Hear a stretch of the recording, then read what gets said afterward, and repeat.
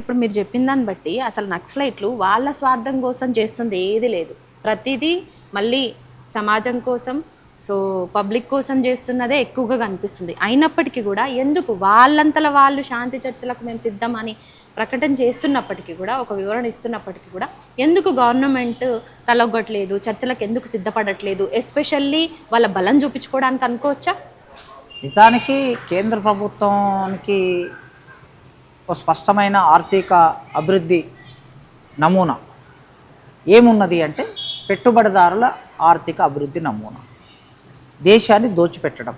ఎవరికి దోచిపెట్టడం? బహుళ జాతి కంపెనీలకు దోచిపెట్టడం, పెట్టుబడిదారులకు దోచిపెట్టడం, కొద్దిమంది అంబానీ ఆదాని లాంటి వాళ్ళకు దోచిపెట్టడం. మావోయిస్టులు ఏమంటున్నారు? ఈ దేశ సంపదని కొద్దిమందికి దోచిపెట్టొద్దు. అదేవిధంగా విదేశాల్లో ఉన్నటువంటి కంపెనీలు భారతదేశంలోకి వచ్చి ఇక్కడ ఉన్న ఖనిజ సంపదని దోచుకొని పోతున్నాయి కనుక ఖనిజ సంపదను కూడా దోచుకోవద్దు, ఈ దేశ సంపద ఈ దేశ ప్రజలకే చెందాలి అని మావోయిస్టులు అడుగుతున్నారు. కేంద్ర ప్రభుత్వం గల చర్చలోకి వస్తే మావోయిస్టులు ఈ విషయాలన్నీ అడుగుతారు. అడిగినప్పుడు ప్రభుత్వం దగ్గర చెప్పుకోవడానికి సమాధానం ఉండదు. అందుకోసమే చర్చలు వాళ్ళు అడుగుతున్నది ప్రజల సమస్యలు, ఆదివాసుల సమస్యలు, మహిళల సమస్యలు, దళితుల సమస్యలు, పేదల సమస్యలు వాళ్ళు అడుగుతారు కనుక ఆ పేదల సమస్యల్ని పరిష్కరించే అవకాశం ప్రభుత్వం దగ్గర లేదు కనుక చర్చలు చేయకుండా చర్చల నుంచి వెనక్కిపోయి పారిపోయి ఏకపక్షంగా మా దగ్గర సైన్యం ఉన్నది, మా దగ్గర ఆయుధాలు ఉన్నాయి, మా దగ్గర బలం ఉన్నది, మేము చంపేస్తాం ఎవరినైనా అని అనుకొని ముందుకు వస్తున్నారు.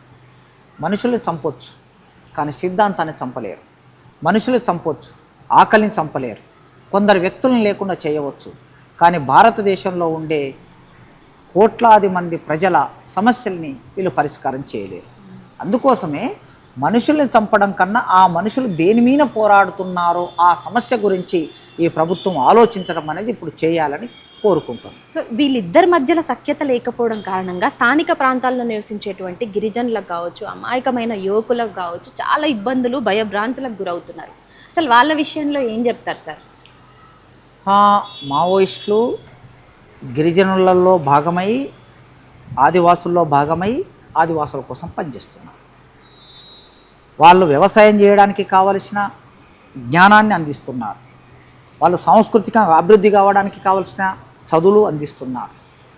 అదేవిధంగా వర్షాకాలం వచ్చిందంటే రకరకాల సమస్యలతో వివిధ రకాల వ్యాధుల బారిన పడి చనిపోతుంటే వాళ్ళకి మావోయిస్టులు వైద్యం చేస్తున్నారు.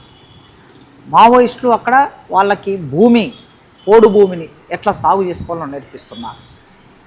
బహుళజాతి కంపెనీలు వేరే వాళ్ళు వచ్చి వాళ్ళని దోపిడీ చేస్తుంటే ఆ దోపిడిని అడ్డుకుంటున్నారు కనుక మావోయిస్టులు వాళ్ళలో భాగమయ్యారు. మావోయిస్టుల వలన ఆదివాసులకి ఎలాంటి నష్టం లేదు. ఉన్న సమస్యల్లా ప్రభుత్వం వలన, పోలీసుల వలన, బలగాల వలన, దోపిడీదారుల వలన, మల్టీనేషనల్ కంపెనీల వలన సమస్య ఉన్నది. ఈ సమస్యని పరిష్కరించకుండా ఉన్నంత కాలం ప్రభుత్వం వైపు నుంచి ఆదివాసులకు ప్రమాదం ఉంది తప్ప మావోయిస్టుల నుంచి ఆదివాసులకు ప్రమాదం ఉంది అని నేను అనుకోవటం.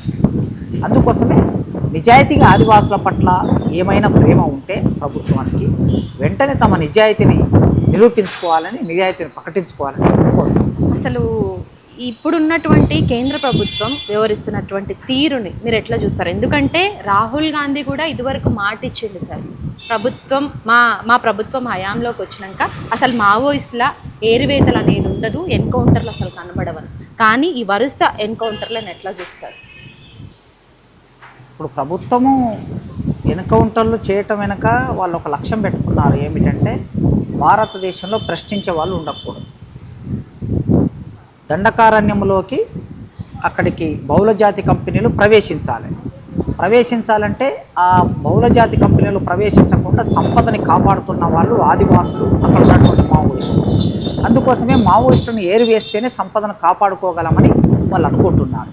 అందుకోసమే చంపడమే ఏకంగా లక్ష్యంగా పెట్టుకున్నారు తప్ప మనిషిని ప్రేమించటం, మనిషిని గౌరవించటం, మనిషిని కాపాడటం అనేది వాళ్ళ కార్యాచరణలో, వాళ్ళ ఆచరణలో లేదనేది నేను భావిస్తున్నాను.